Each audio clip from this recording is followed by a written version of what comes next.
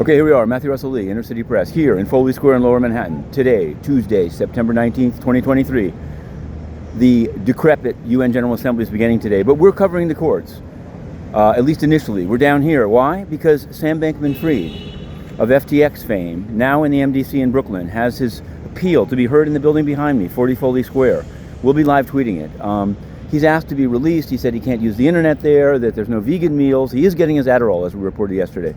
And we will be covering the trial in great detail beginning October 3rd, because we're allowed to. I'll get to that in a moment. Also yesterday, in other crypto crime news, Mark Scott, the money launderer for Ruja Ignatova and OneCoin, lost his bid to get a new trial. Judge Ramos issuing a 38-page order that we've put online.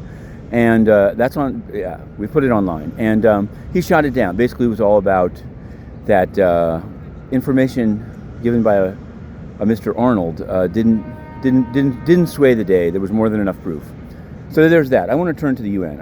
I must. And why? Because yesterday I wrote actually 10 stories about the UN. See, we're not allowed into the UN because we exposed or even just asked questions about the corruption of Antonio Guterres. The current Secretary General is totally corrupt. He began by not including on his financial disclosure his links to the China Energy Fund Committee, which was convicted of UN bribery right here, down here. And he went from there. So that one day I was reporting on the UN budget and his guards simply grabbed me, threw me out, and I've never gotten back in. But I continue to report. And yesterday we reported on his one-on-one meetings with, among others, Raisi of Iran. Now there's a news story for you.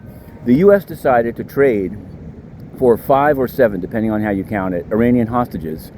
Not only unfreezing $6 billion, which some have focused on, but 5 Iranians that were either convicted or facing trial here, including one that I've covered in great detail, Afrasiabi. Now, he might be a kind of hapless individual, but he's a guy that was secretly paid by the Iranian mission to the United Nations through the UN Federal Credit Union. And when we asked the UN system to explain those payments, they didn't answer at all. And yesterday, as we'll put up in a moment, Guterres was partying with Raisi. Blinken is in town as well, but you can read that online, innercitypress.com.